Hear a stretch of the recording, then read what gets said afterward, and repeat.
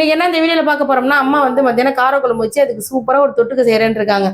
என்னம்மா அது? என்ன தொட்டுக்கு செய்றீங்க? காரக்குழம்பு வச்சு வாழைப்பூ கூட்டு பண்ண போறேன். நல்லா பாசி பருப்புலாம் போட்டு கூட்டு பண்ணுங்க. நான் அரியிற மாதிரி அரிங்க. சில பேர்த்துக்கு அரிய ஆளு போட்டுக்கிட்டே வாங்க மாட்டாங்க வாழைப்பூவை. ஆமா, வாழைப்பூ வாங்கினா அம்மா தான் எனக்கு கட் பண்ணி தருவாங்க எப்போதுமே. அதை நான் சரியா அறிய மாட்டேன் அப்படின்னு சொல்லிட்டு அது ஒன்று அரிஞ்சு கட்டுக்கம்மா.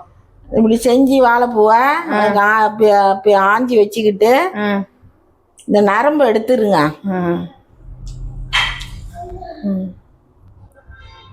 ஒரு 4 நரம்பு எடுத்துடணும். நரம்பு இது வர்றத பிச்சு போட்டாலே போதும். இப்போ அரிஞ்சு நல்லா பொடியா அரிஞ்சு இந்த உப்பு, மோர், கழனி தண்ணி வச்சதுல போடுங்க. அந்த தண்ணி வந்து கழனி தண்ணி, உப்பு, மோர் வந்து கலந்து வச்சுப்பாங்க, அதான் கற்காது அப்படின்னு சொல்லிட்டு. இப்படி எல்லாம் 5 5 சேர்த்து வச்சுக்கணுமா? 5 6 எவ்வளோ ஒன்று கைக்கு வரத வச்சு நல்லா ஆஞ்சி எடுத்துடுங்க. அப்புறம் என்ன செய்யணும்? இப்படி செஞ்சு இப்படி உருவினாலே வந்துடும். ஓகே. இது அரியறது தான் சங்கடமா இருக்கும். செஞ்சுட்டா சூப்பரா இருக்கும். வாழைப்பூ கூட்டுக்கும் அந்த காரக்குழம்புக்கும். ஆமா. ஓகே, நீங்க கட் பண்ணுங்கம்மா. அதுக்கு என்ன செஞ்சு வைக்கணும்? பருப்பு வேக வச்சு வைக்கணும். பருப்பு ஒரு ஒரு பாதி வேக்காடு வை, முக்கால்வாசி வந்தா போதும். பாசி பருப்பு. ஆமா, 2 விசில் விட்டுக்கவா? ஓகே, நீங்க கட் பண்ணுங்க. ஏன்னா அம்மா கட் பண்றது கொஞ்சம் லேட் ஆகும். அவங்க கட் பண்ணட்டும், நான் அதுக்கிட்ட பருப்பு வச்சு ரெடி பண்ணி வைக்கிறேன். அரிஞ்சிட்டீங்களாம்மா? அரிஞ்சிட்டா. இது உப்பு, இந்த கழனி தண்ணி, மோர் இதுல எல்லாம் ஒரு 1/4 மணி நேரம் ஊறட்டும். நல்லா பிணைஞ்சு விட்டு ஊற வைங்க. அப்பதான் அந்த தோப்பு இருக்கிறதெல்லாம் கொஞ்சம் இறங்கிடும் தண்ணியில. அப்புறம் எடுத்து 2 3 தண்ணி ஊற்றி அலசுனீங்கன்னா அது ரொம்ப துவக்காது. ஓகே, நல்லா பிசைஞ்சு விட்டு ஊற வைக்க சொல்றாங்க. ஊற வைக்கும் போது பிசைஞ்சிட்டு வைக்கணுமாமா? ஆமா. ஓகே. இது வந்து மஞ்சள் பழம்பாங்க இந்த ஊர்ல. எங்க ஊர்ல வந்து பூவம்பழம்னு சொல்லுவாங்க. இது அதுதான் நல்லா கொஞ்சம் துவக்காம இருக்கும். மொந்தம்பழம்லாம் துவக்கும். மொந்தம்பூலாம் சரி, செத்த நாள் ஊறட்டும். ஓகே, ஒரு 1/4 மணி நேரம் ஊறினா போதுமா? போதும். சரி.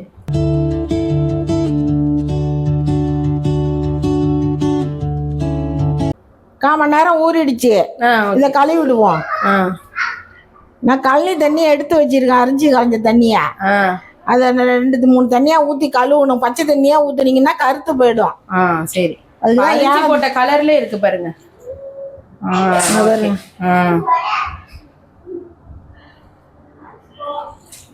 வடிகட்டுவோம் மொத தண்ணிய. இது மாதிரி ஒரு வலை வச்சு ஊற்றிடுங்க. அள்ளி போட்டுக்கிட்டு இருந்தா லேட் ஆகும். திரும்ப போட்டு கழனி தண்ணி ஊற்றி கழுவுவோம்.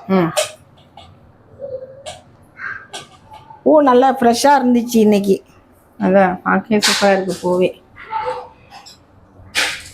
கழனி தண்ணி ஊற்றி வச்சிருக்கேன். அதை ஊற்றி இன்னொரு 2 தடவை கழுவுவோம்.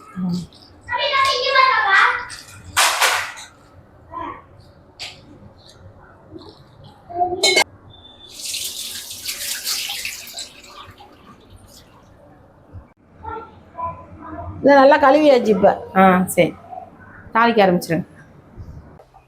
இப்போ இதில் எண்ணெய் ஊற்றிக்கலாம்.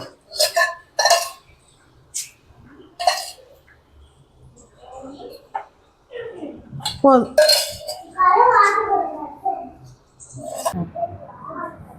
இப்போ கடுகு 2 போட்டுக்கலாம்.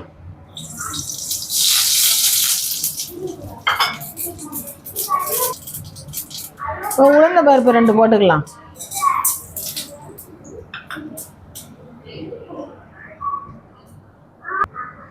மிளகா கிள்ளி ஒரு 2 போட்டுக்குவோம். வரமிளகா மிளகா கிள்ளி போட்டால் தான் வாசமாக இருக்கும்.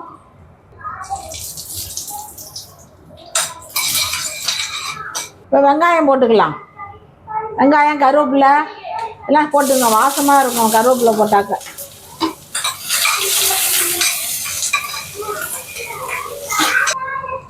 சோம்புத்தூள் ஒரு 1½ ஸ்பூன் போட்டுக்குவோம்.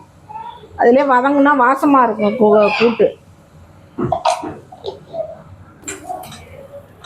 வெங்காயம் வதங்கிடுச்சு. இப்போ வாழைப்பூ போட்டுக்கலாம்.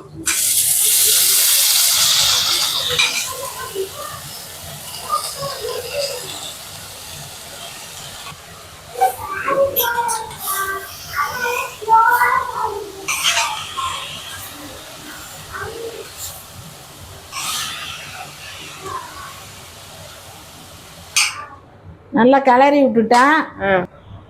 இதில் கொஞ்சோண்டு உப்பு போட்டுக்குவோம். உப்பு போட்டுக்கிட்டு தண்ணி ஊற்றுவோம். நல்லா வெந்நீரை ஊற்றுனீங்கன்னா மறுத்து போகாமல் இருக்கும். சரி, நல்லா சுட பண்ணி வச்சுருக்காங்க தண்ணி.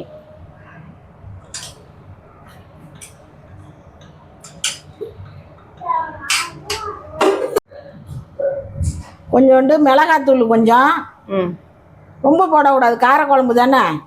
கொஞ்சமாக ஒரு 1/4 ஸ்பூன் போட்டிருக்காங்க. 1/4 ஸ்பூன் போட்டால் போதும். மஞ்சத்தூள் ஒரு 1/4 ஸ்பூனு.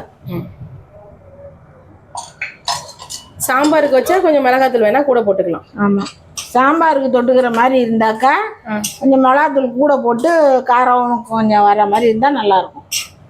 இது காரக்குழம்புக்குங்கிறனால கொஞ்சமாக போடுறாங்க. இது வேகட்டும். கொஞ்சம் வெந்து தான் பருப்பை போடணும். முன்னாடியே போட்டுட்டோம்னா பருப்பு கரைஞ்சி தடுப்பு கொடுத்து போயிடும். அது அப்படியே 1-2 இருந்தால் தான் கூட்டு நல்லா இருக்கும் காரக்குழம்புக்கு தொட்டுக்கும் போது. இதை மூடி வைப்போம்.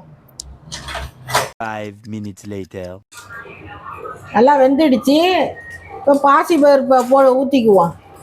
நல்லா வேக விட்டு தான் ஊற்றணும், இல்லாட்டி ரொம்ப திக்காக போயிடும். தக்காளியை கொஞ்சம் மசிச்சு விட்டு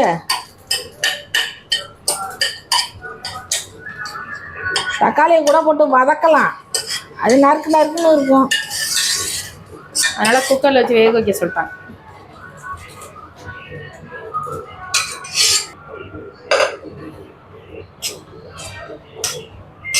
நல்லா பருப்பு போட்டு கிளறி விட்டுட்டு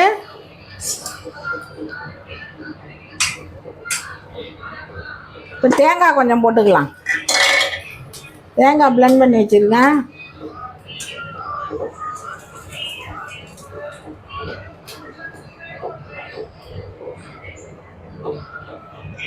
போட்டாச்சு. இப்போ கிளறி விட்டுடலாம்.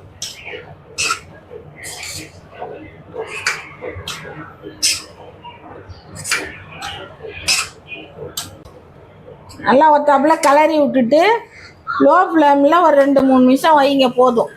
எல்லாம் ஒன்றா சேர்ந்துக்கும். இப்போ மூடி வைப்போம். சித்தனாளி எல்லாம் ஒன்று சேர்ந்து வெந்துருச்சு. இது நல்லா காரக்குழம்புக்கு, சாம்பாருக்கு, இதுக்கெல்லாம் நல்லா இருக்கும். வாங்கி அரியை இது பண்ணிக்கிட்டு வாங்காமல் விட்டுறாதீங்க. கொஞ்சம் மெனக்கட்டு செஞ்சீங்கன்னா உடம்புக்கு நல்லது. சுகருக்கெல்லாம் அவ்வளோ நல்லது இது. ரெடி ஆயிடுச்சு, இறக்கிடலாம். பண்ணிடுங்க. இப்படி இருக்கணும்.